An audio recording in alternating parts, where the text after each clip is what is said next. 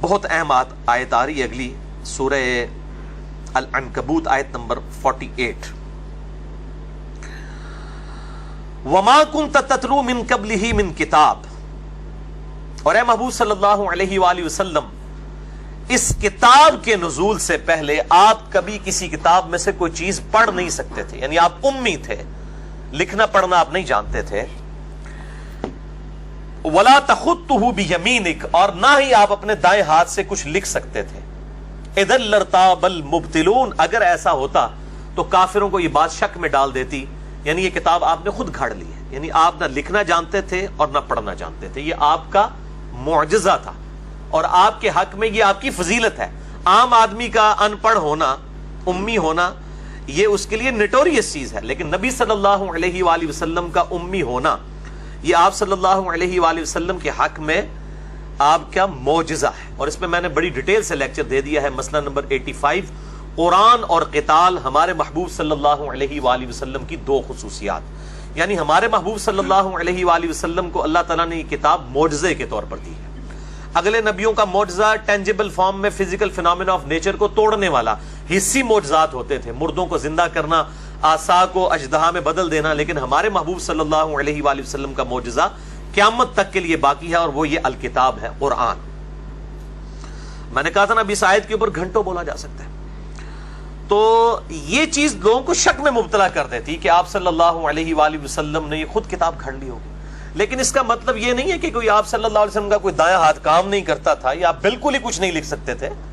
یعنی ظاہر ہے کہ ایک عام بھی سمجھدار آدمی جس نے پہلے کبھی کوئی چیز نہ لکھی ہو، اس کے ہاتھ میں بھی اگر آپ بال پوائنٹ پکڑا دیں تو وہ بھی کچھ نہ کچھ تو لکھ ہی لیتا ہے دیکھ کے۔ اس درجے تک آپ صلی اللہ علیہ وآلہ وسلم بھی لکھ لیا کرتے تھے، اور ایک موقع ایسا آیا کہ آپ صلی اللہ علیہ وآلہ وسلم نے یہ لکھنے والا معاملہ کیا، اگرچہ بعض سلفی علماء جو ہیں وہ اس معاملے میں بڑی ضد کے اوپر ہیں اور وہ کہتے ہیں نہیں نہیں بالکل یہ آپ صلی اللہ علیہ وسلم کچھ بھی نہیں لکھ سکتے تھے، تو یہ بات بالکل صحیح الاسناد حدیث کے خلاف ہے۔ اس کانٹیکسٹ میں ایک صحیح بخاری میں حدیث ہے، میں وہ چاہ رہا ہوں کہ یہاں پہ فزیکلی آپ کو دکھا بھی دوں، بڑی مشہور حدیث ہے صحیح بخاری میں، کتاب المغازی چیپٹر میں، انٹرنیشنل نمبر کے مطابق 4251، صلح حدیبیہ کے موقع پر جو آپ صلی اللہ علیہ وآلہ وسلم اور سہیل ابن عمرو کے درمیان معاہدہ لکھا گیا تھا، اور لکھا گیا تھا کہ یہ معاہدہ ہے محمد رسول اللہ صلی اللہ علیہ وآلہ وسلم اور کفار مکہ کے درمیان، تو سہیل ابن عمرو نے یعنی ریزرویشن شو کی کہ ہم آپ کو اللہ کا پیغمبر نہیں مانتے، آپ اسے محمد ابن عبداللہ لکھیں۔ تو آپ صلی اللہ علیہ وآلہ وسلم نے سیدنا مولا علی رضی اللہ تعالیٰ عنہ علیہ السلام سے کہا کہ علی اس کو کاٹ کر جو ہے وہ محمد ابن عبداللہ لکھ دو، یہ نہ بھی مانے تب بھی اللہ تو جانتا ہے کہ میں اللہ کا رسول ہوں، یعنی میری رسالت میں کوئی فرق نہیں آئے گا، یعنی آپ صلی اللہ علیہ وآلہ وسلم سولوشن اینڈ پہ آئے۔ تو سیدنا علی نے بھی اپنی حمیت کا اظہار کیا، ان کا یا رسول اللہ میں تو کبھی بھی اللہ کی قسم آپ کا نام نہیں مٹاؤں گا۔ آپ صلی اللہ علیہ وآلہ وسلم نے بھی اسے اس طریقے سے گستاخی شمار نہیں کیا، اور پھر آپ صلی اللہ علیہ وآلہ وسلم نے فرمایا کہ اس تحریر کو میرے حوالے کرو، اور پھر آپ صلی اللہ علیہ وسلم نے اس کو خود اپنے مبارک ہاتھوں سے کاٹ کر محمد رسول اللہ خود لکھا، اور یہ محمد ابن عبداللہ خود لکھ دیا محمد رسول اللہ صلی اللہ علیہ وآلہ وسلم کو کاٹ کر۔ اچھا یہ صحیح بخاری کے اندر حدیث موجود ہے، یہ میں آپ کو دکھا بھی دیتا ہوں، یہ صحیح بخاری ہے، دارالاسلام پبلیکیشن جو دنیا میں چند بڑے اداروں میں سے ہے اہل حدیث مکتبہ فکر کا، کیونکہ سب سے زیادہ مسئلہ انہی کو ہوگا، اس لیے میں ان کی اوریجنل کتاب صحیح بخاری دکھانے لگا ہوں، عربی والی جو سعودی عرب ریاض سے شائع ہوئی ہے۔ اس میں انٹرنیشنل نمبر کے مطابق میں نے بتایا تھا 4251 نمبر حدیث ہے، یہ حدیث دکھا دیں، اور اس میں میں نے ریڈ کلر میں انڈر لائن بھی کر دیے وہ الفاظ جو اس بات کا ثبوت ہیں کہ آپ صلی اللہ علیہ وآلہ وسلم تھوڑا بہت لکھ لیا کرتے تھے، کوئی بالکل ایسا معاملہ نہیں تھا کہ آپ کچھ لکھ نہیں سکتے تھے یا آپ کے ہاتھ ہی کام نعوذ باللہ نہیں کرتا تھا اس حوالے سے کہ آپ کو قلم پکڑ ہی نہ سکیں، کوئی ایک لکیر بھی نہ کھینچ سکیں۔ قرآن کا مقصد یہ نہیں ہے بتانا، بلکہ قرآن کا مقصد اصل میں یہ بات بتانا تھا کہ آپ صلی اللہ علیہ وآلہ وسلم نے کسی فلسفی کی کوئی شاگردگی اختیار نہیں کی، اس کے باوجود آپ صلی اللہ علیہ وآلہ وسلم ایسا کلام لے آئے کہ وہ بڑے بڑے شعراء نے آپ صلی اللہ علیہ وآلہ وسلم کا قرآن سن کر اپنے جو کلام جو ہے وہ پھاڑ دیے۔ تو یہ آپ صلی اللہ علیہ وآلہ وسلم کا زندہ معجزہ۔ تو دیکھیں اس میں الفاظ موجود ہیں، اب جب نبی صلی اللہ علیہ وسلم نے حکم دیا مولا علی کو تو قال علی، تو علی رضی اللہ تعالیٰ عنہ نے کہا لا یا رسول اللہ نہیں، واللہ لا امحوک ابدا، میں کبھی بھی آپ کا نام محمد رسول اللہ نہیں مٹاؤں گا۔ تو اس کے آگے الفاظ ہیں فاخذ رسول اللہ صلی اللہ علیہ وآلہ وسلم، تو آپ صلی اللہ علیہ وآلہ وسلم نے خود وہ تحریر پکڑ لی اپنے ہاتھ میں، الکتاب، وہ کتاب جو لکھی ہوئی تحریر تھی، وَلَيْسَ يُحْسِنُ يَكْتُبُ، اور آپ صلی اللہ علیہ وآلہ وسلم خوبصورتی کے ساتھ لکھ نہیں سکتے تھے، یعنی آپ کی کوئی ہینڈ رائٹنگ بہت خوبصورت نہیں تھی، اس لیے کہ ظاہر ہے جب انسان نے کبھی ہینڈ رائٹنگ کی نہ ہو پوری زندگی کے اندر، کبھی نوبت نہ آئی ہو اور پہلی دفعہ کسی کو قلم دیا جائے، تو ظاہر ہے کہ اب یہ الفاظ ہیں حدیث کے، وہ راوی کہہ رہے ہیں کہ آپ صلی اللہ علیہ وسلم کی ہینڈ رائٹنگ کوئی خوبصورت نہیں تھی، کیونکہ آپ لکھتے نہیں تھے، یہ آپ کی روٹین میں چیز نہیں تھی۔ فَكَتَبَ، پس آپ نے لکھا، هَذَا مَا قَضَى مُحَمَّدُ بْنُ عَبْدِ اللَّهِ، یہ ہے معاہدہ جو طے پایا ہے محمد ابن عبداللہ اور کفار مکہ کے درمیان۔ اب اس میں واضح الفاظ ہیں فَكَتَبَ، پس آپ صلی اللہ علیہ وآلہ وسلم نے خود لکھا، تو اس بات کا ثبوت ہے کہ آپ صلی اللہ علیہ وآلہ وسلم، یعنی بالکل ایسا معاملہ نہیں تھا کہ آپ کا کوئی نعوذ باللہ کوئی دایاں ہاتھ اس حوالے سے کام نہیں کرتا تھا کہ آپ بالکل کوئی چیز لکھ نہ سکیں، بلکہ آپ صلی اللہ علیہ وآلہ وسلم تھوڑا بہت اس حوالے سے جب ضرورت پڑی تو آپ لکھ لیا کرتے تھے۔ اب یہ جب مطلب حدیثیں، اب اتنی واضح حدیث ہے صحیح بخاری میں 4251 نمبر، لیکن اب اگر دل بے ایمان تو اجتا ٹھہر، اگر کسی نے کوئی بات نہیں ماننی تو کہتے ہیں نہیں، اس میں جو الفاظ ہے نا کہ آپ نے پکڑا اور آپ نے لکھ دیا، مراد اس سے ہے کہ آپ نے پکڑا اور کسی سے لکھوا دیا۔ اب اس چیز کا تو کوئی حل نہیں ہے نا، یعنی بات کچھ اور ہو، آپ نے بات نہ ماننی ہو۔ وہ میں آج تفسیر بھی پڑھ رہا تھا ان کی، جو عبدالسلام صاحب ہیں بن محمد، جماعت الدعوہ والوں کی تفسیر، تو انہوں نے بھی پوری کوشش کی ہے، پورا زور لگانے کی کوشش کی ہے، انہوں نے بھی، باقی لوگوں نے بھی، کہ کسی طریقے سے اس حدیث کی تعریف کر دی جائے اور اپنا لقمہ کتاب و سنت کے منہ میں ڈال دیا جائے۔ تو میں نے انصاف سمجھا کہ میں اس موقع کے اوپر اس حوالے سے گفتگو کروں۔ تو یہ آپ صلی اللہ علیہ وآلہ وسلم کا زندہ معجزہ قرآن حکیم، کیونکہ آپ کی نبوت قیامت تک کے لیے ہے، معجزہ بھی قیامت تک کے لیے ہے۔ تو مسئلہ نمبر 85 ہے میرا ریکارڈڈ، قرآن اور قتال، ہمارے محبوب صلی اللہ علیہ وآلہ وسلم کی دو خصوصیات، اور دوسرا لیکچر ہے مسئلہ نمبر 115،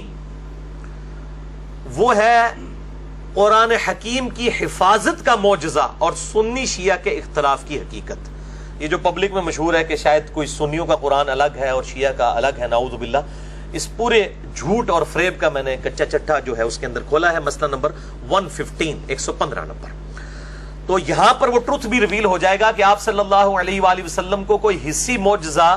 دعوی نبوت کے لیے نہیں دیا گیا، اس کے علاوہ تو آپ کے بہت معجزات ہیں، میں نے 4 لیکچر دے دیے معجزات کے اوپر، مسئلہ number 131 A B C D، معجزات، کرامات، استدراج، اس کے اوپر 6.5-7 گھنٹے کی گفتگو میں نے کی ہے 4 نشستوں میں۔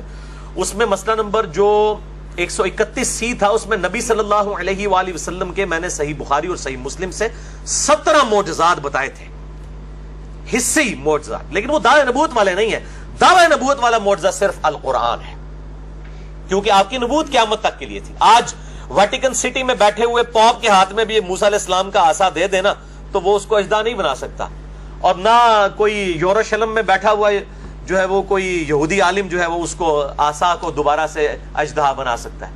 لیکن یہ قرآن نبی صلی اللہ علیہ وآلہ وسلم کے مبارک زمانے میں بھی معجزہ، آج بھی معجزہ، اور قیامت تک کے لیے معجزہ۔ ہر دور کے ٹیسٹ میں یہ پورا اترتا ہے۔ اس وقت شاعری اپنے عروج پہ تھی، کوئی شاعر اس کلام کا مقابلہ نہیں کر سکا، اور آج سائنس اپنے عروج پہ ہے، ایک بھی قرآن کی آیت ایسی نہیں ہے ان ایمبیگوس، کوئی اس میں سے مطلب یعنی نکلنے والا معاملہ ہو، ایسا معاملہ نہ ہو کہ وہ ایمبیگوس ہو، ان ایمبیگوس ہونی چاہیے بات، کہ اسٹیبلش سائنس کے خلاف کوئی قرآن حکیم کی آیت ہو۔ اسٹیبلش سائنس، ہائپوتھیسز اور تھیوریز کی بات نہیں میں کر رہا۔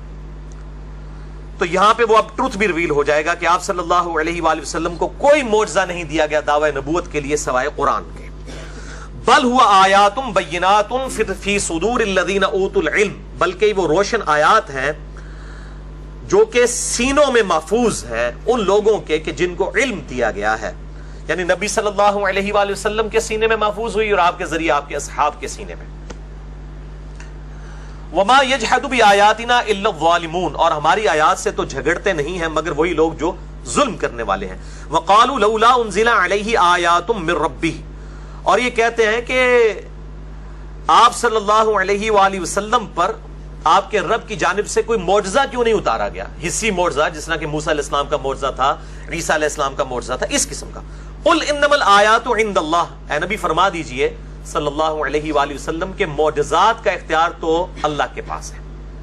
وانما انا نذیر مبین, اور میں تو نہیں ہوں سوائے اس کے کہ کھلا ڈر سنانے والا ہوں. اولم یکفیہم, کیا ان کے لیے یہ کافی نہیں ہے, انا انزلنا علیک الکتاب یتلی علیہم, کہ بے شک ہم نے کتاب نازل کی ہے آپ صلی اللہ علیہ وآلہ وسلم پر جو ان پر پڑھی جاتی ہے, یعنی کفار مکہ کے سامنے. ان فی ذلک لرحمۃ وذکری لقوم یؤمنون, بے شک اس کتاب کے اندر رحمت ہے اور نصیحت ہے ان لوگوں کے لیے جو بات ماننا چاہیں. اصل معجزہ ہے یہ قرآن, یہ وہ آیت ہے کہ اصل معجزہ آپ صلی اللہ علیہ وآلہ وسلم کا